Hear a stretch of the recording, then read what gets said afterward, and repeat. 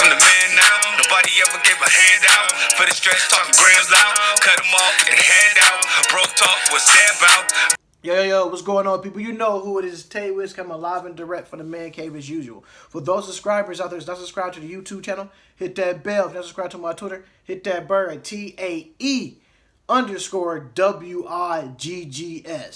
And of course, the website is below. We're going to get right into it.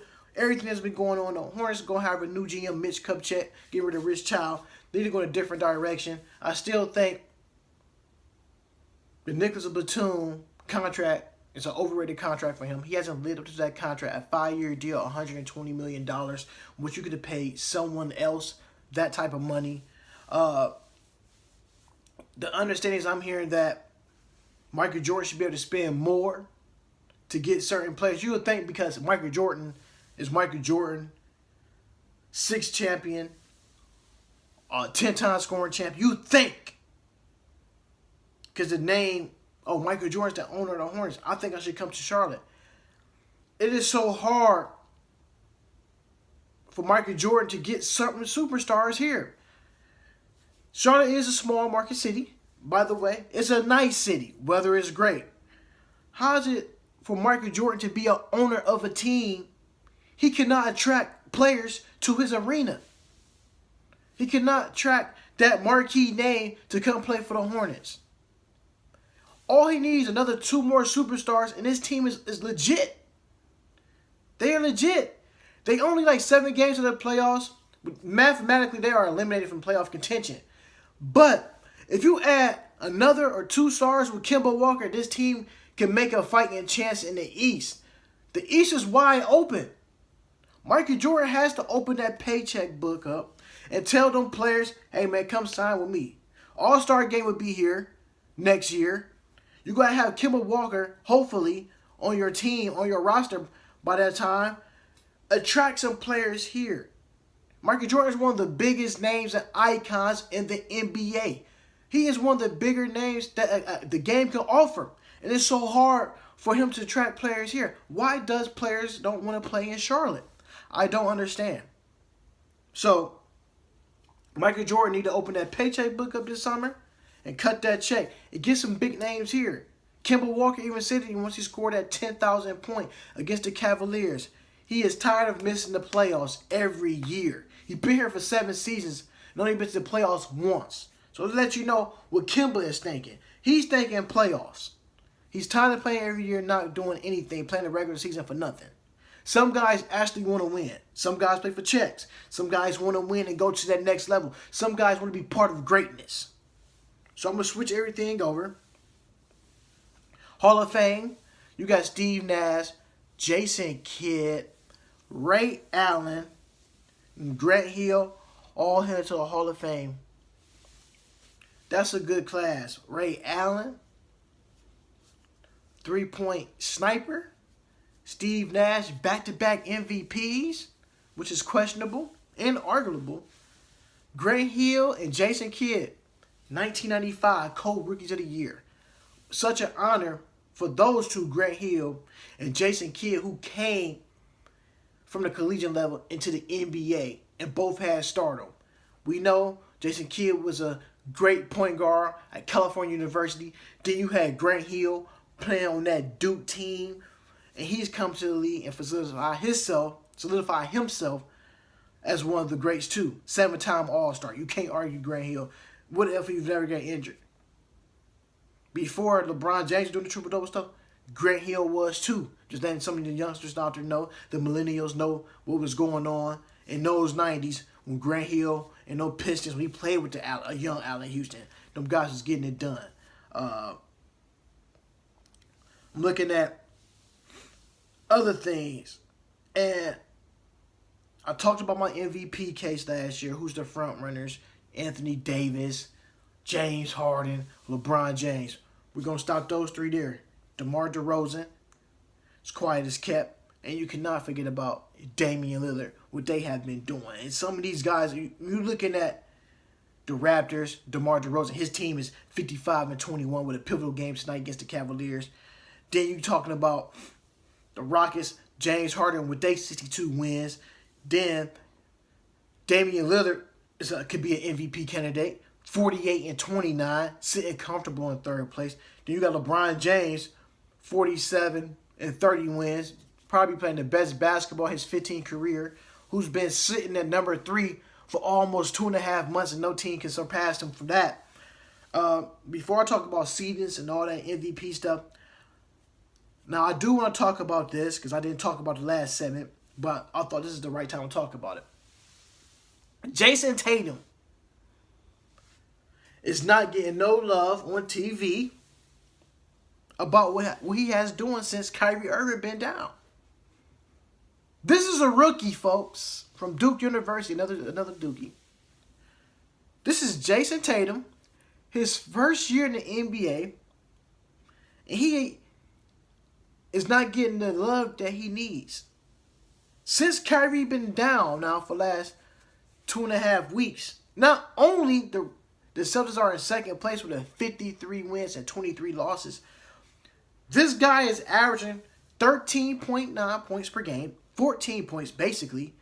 He's averaging 5 rebounds a game and shooting 47.8% from the field. Can't argue that. And he's also shooting 43% from the three-point line, which is the best in the league. And I just don't get it how they not mention him as a candidate for Rookie of the Year. Yes, I already told you who mine was, Donovan Mitchell, and they got Ben Simmons up there who's doing great stuff. These two guys right here. But I'm going to break it down why these certain players' names should be nominated. I'm going to tell you who my winners should be again. Just wanted to go back and through and shed this light on this. Ben Simmons. We know Villanova won a national championship. The Eagles has won the Super Bowl this year. Is Philadelphia the new title town? 3 championships within the last 4 years. Can't argue that. Can't argue that. And Villanova got 2. 2016 and this year. And the last time they won, the other one was 1985. Raleigh Massimino, who also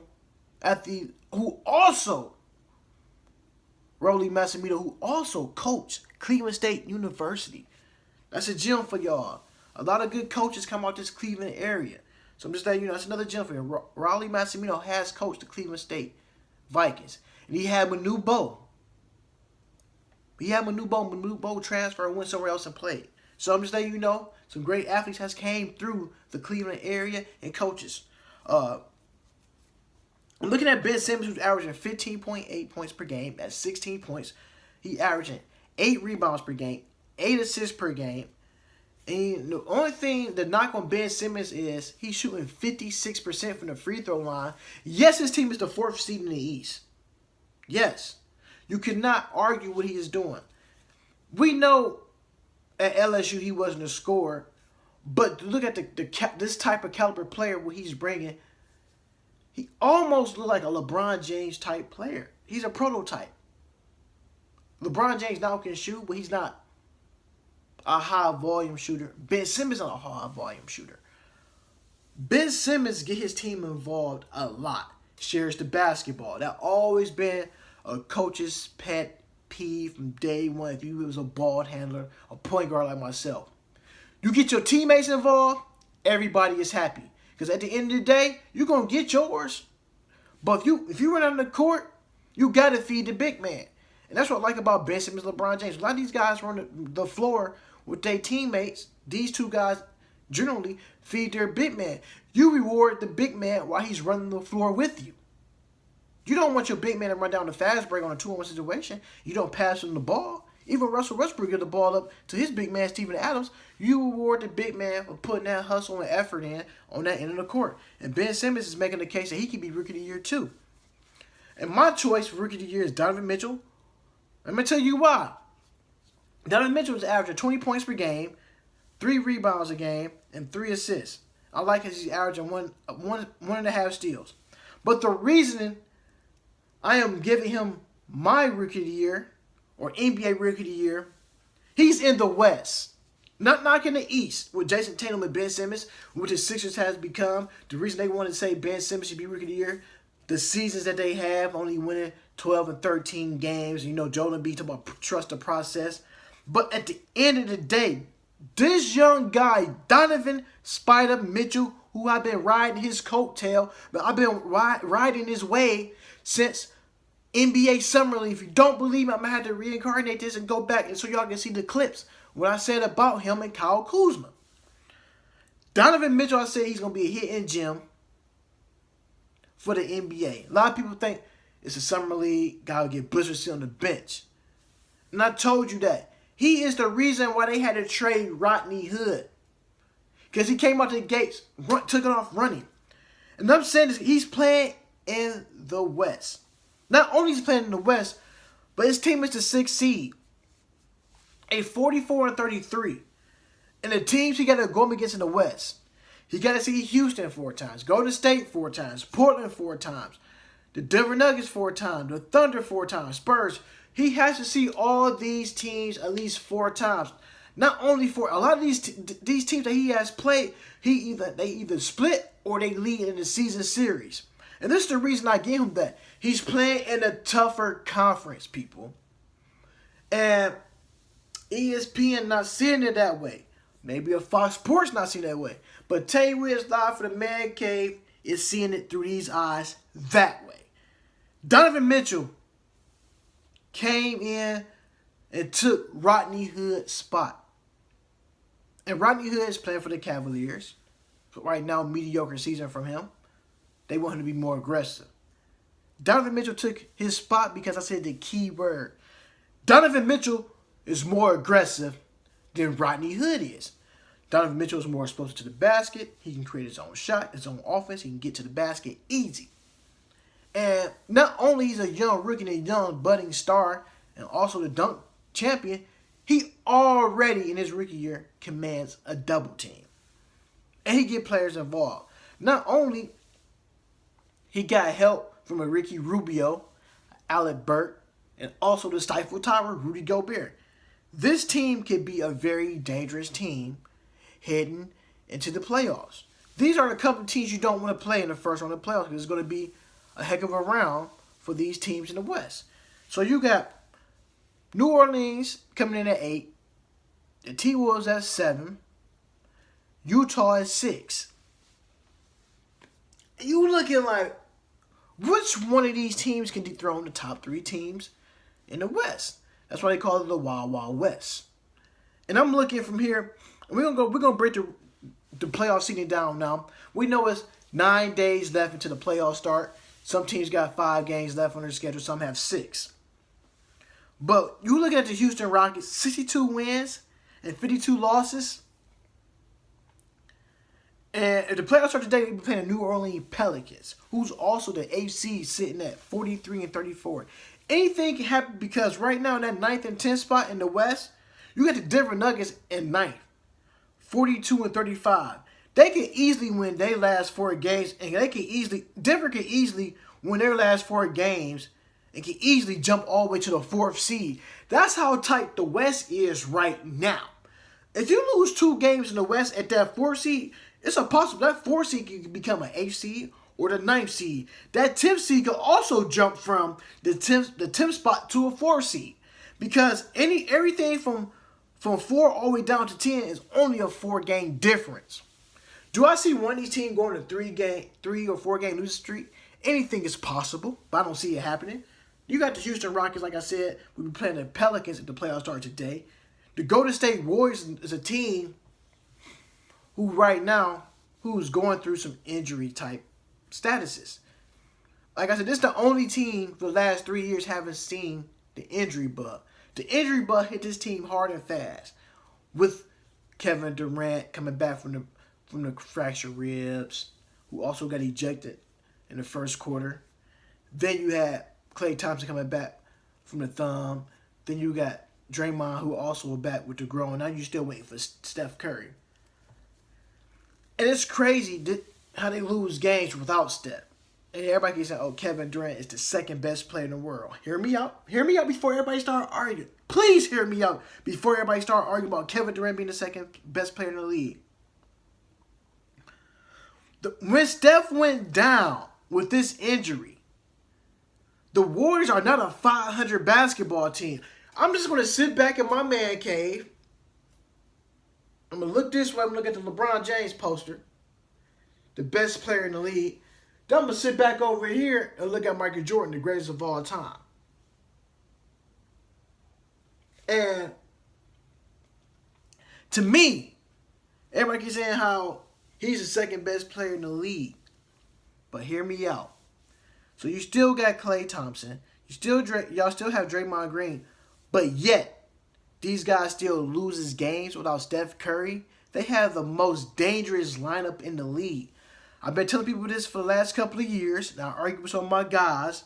I keep telling everybody, the Golden State Warriors, we know what they starting five can do. Can this bench sustain and keep it up when these guys go on breaks? You never seen them take three. You never see them take three the big boys out and keep one in. Steve Kerr always keep two in and sit two down. That's a luxury to have because he know deep down inside that bench is not the best bench he had. So I'm gonna move it forward. I don't think the Golden State Warriors I don't think they're gonna come out the West. I'm gonna say may shock you. Got the Portland Trailblazers sitting comfortable at 48-28. Anything is possible with them. The Spurs, 45-32. And until they get Kawhi Leonard back, this team is dangerous. And the reason I say Kawhi Leonard, because I think to myself that Kawhi Leonard is the second best player in the league. If not, when he's healthy, he could arguably be up there with LeBron James. But LeBron James is just so powerful and impactful player on the court. To me, when I say Kawhi Leonard is the second best player in the league, I only can name one player that can guard LeBron James and keep him containable. Is Kawhi Leonard. Just because what he did to him in the NBA Finals. Not only he has a ring against LeBron James, he also has a Finals MVP. So let that soak in. And people forget that Kawhi Leonard, when it is healthy, he is the second best player in the league. He can score and defend. And he can shut down your primary player with no problem. So, if he can get back and make it back for the playoffs, Spurs will have something to say about anybody coming out the West. Because my two lots coming out the West would probably be the Spurs, and they can get back there if Kawhi Leonard come back. We know Kawhi Leonard hasn't played a game since January 5th. That's a long time, folks. I'm going to say the Spurs, if the Rockets had another meltdown like they did the other night, going 7 for 31 from the three-point line, it could be an early all-season for them. Because the dark horse right now in that West is sitting at that 5 seed, OKC Thunder. Long, athletic, and can run. So, if the Thunder can make a legitimate run, because they are a threat to some of these teams. They are a threat. You got Utah sitting at the 6th seed, 44-33. The T-Wolves trying to make it back to the playoffs. Think that haven't made the playoffs in 12 years. They record 44-34. The Pelicans at 43-34. Those last three teams, man. So far this year, in sports, there's been a lot of upsets. Can an 8 seed finally be the 1?